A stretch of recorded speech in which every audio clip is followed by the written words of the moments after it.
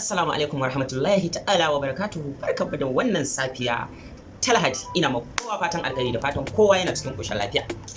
Yauwa, kafin na fara cewa komai akan mawaƙan nan, da farko dai sunana Ma'azzam Ahmad, wanda aka fi sani da Ma'azzam dan asali. So in ka je TikTok, Ma'azzam dan asali ne gashi ma YouTube channel, Facebook, ko ina dai. Yauwa, to zan yi magana akan wa'annan wanda kuka ga na jera su, na san kun san su, ba wai ku san su ba. Ga su nan abin nan Usaini Danko, Ado Banja, Umar M Sharif, Abdul Diwan, ga su nan dai da dama, su Hamisu Breka dai, ga su nan dai na san kun san su. Wannan celebrity ne kenan na Arewa, mu mawaƙa kenan, musician celebrity. Yauwa, zan yi magana akan su ne. To ya kamata a ce Arewa mun ci gaba fiye da yacce muke. Yanzu duk wa'annan mawaƙan da kuka ga Najeriya, dan Allah ku tsaya ku saurari zance na, ku ga me zan faɗa, ku ga wai maganganun da zan faɗa haka ne ko kuma na fito ne dan in faɗi magana akan su wajen in nemi trending, ba neman trending na fito ba. Kawai mu duk inda gaskiya take za mu faɗi ta, kuma mukan lalubo abin da ya kamata a gyara ko ba haka ba, saboda wannan mudubi ne a gare mu, mu gina future ko dan gaba. Nan da kuke ganin su da celebrity ne, an san su, duniya ta san su, ko ke ba za a ce duniya ba, a West Africa dai an san su ko ba haka ba, balle ma a ce nan Arewa sosai ko ba haka ba. Yawwa, ya kamata a ce a matsayin ku na mawaka artist wanda suka ɗaukaka a nahiyar mu ta Afirka ko kuma in ce a Najeriya, a ce kuna da wani achieving wanda kuka aje. Ba wai an ce achieving ba ina nufin wai kuɗi wannan dama Allah ya gama rufa asiri, alhamdulillah ko ba haka ba. Yau a ce wai celebrity mu na Arewa, wanda ya ɗaukaka, wai a ce kar ka manta ba, akwai waƙar da kafin faɗa dai za ku fahimci ina na dosa. Akwai waƙar da Nura M Inuwa yayi a rayuwa.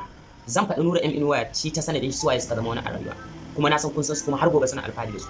Mu har yanzu wai mawaki in ya ɗaukaka wai ba zai taɓa jawo wani a jikinsa ba, ba zai taɓa ba, kuma ɗaukaka nan daɗi gare ta, in ya ɗaukaka ji yake kamar ba zai daina ba. Haba dan Allah, Arewa mu gyara. Wannan ina magana ne akan mawaka, ka gani, ba wai kawai magana ne wannan akan mawaka.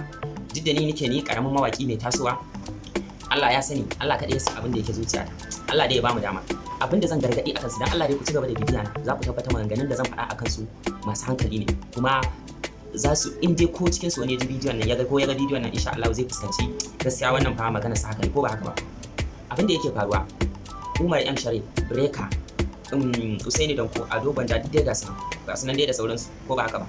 Ya kamata a ce rayuwa ta canza, kuma a ce to mu ma mun canza. Ba wai zai yiwu a ce zai ce wai jiya a yau ba, wai zai yi a ce jiya a yau ba. Duk abin da ake yi irin yadda aka yi a baya, abin da aka yi gobe shi za a yi yau. Ya kamata mu canza Arewa. Har yanzu yan kudu ta inda suka fi mu kenan, dan kudu ne zai saki waka guda ɗaya, idan ya saki waka guda ɗaya ma ta ishe shi, amma mu ya ga wani ya saki waƙoƙi a shekara wajen 30. Abada Allah a gyara mana. Ba wai ni akan wannan magana ba, akan magana da nazo in shi, ya kamata a ce idan kai ka ɗaukaka, Allah ya baka dama, ka taimaki na ƙasa da kai, ko ba haka ba. A ce ka janyo wani ka kashe mai kuɗi ba laifi bane, amma wai ka fi so komai kai kadai. Ya samu akan mu celebrity mu na Arewa da mutum ya taso shekara 1 2 shikenan yayi reform. Abadan Allah, ba ya daina komai kwata shekara biyu da waka kadai ta dan taso ta yi kasa. Wa'annan bakokin su na san sun je inda ba a tunani, ba ma iya kasan mu Najeriya ba, kasashe da dama. To ya kamata a ce, kun ga lokaci yana koyawa, ya kamata a ce akwai wani wanda ka zo ka gina. Idan ka gina mutum, shine za ka ga sunanka ba zai yi dufan ba. Amma ba wani wanda zaka zo wai ko a dogon da misali dai, ba ma dai ga kunan da dama dai, wai a ce wannan ka daga hannun shi ka ce wannan kaza ne, ku yi mai kaza. A ce babu, kawai gara mutum shi kadai kawai kaza, da ka daina ɗaukaka shi kenan, baka ajiye wani komai wanda zai yi alfahari da kai, ya ce kaza. Ba wani, ba zan manta, zan faɗi mutum ɗaya a cikin mawaƙan nan, Nura M Inuwa, Allah ya saka ma da alheri. Har gobe akwai waɗanda suna alfahari da kai duk da kayi dufan, amma ko yanzu ka saki waƙoƙi ana ji. Akwai da dama waɗanda suna alfahari da kai cikin yanar su, irin su Saniyo M Inuwa, irin su Shams Alali, ga sun dai da dama suna alfahari da kai. Umar M Sharif, da kai ka taso, kana da yara haka su waɗanda kake promoting din su, ka dai wannan featuring din su, amma yanzu ka daina. Kuma kai Allah, ya kamata mu gyara. Haba dan Allah, in ka ba mu gyara ba, haka za a tawo da mutum da mawaki ya taso shekara 1 shekara 2 yayi kasa, kwata yayi kasa. Haba dan Allah, haba a gyara mana. Mu da muke so Arewa, muna so in muka yi waka ta tafi international, international.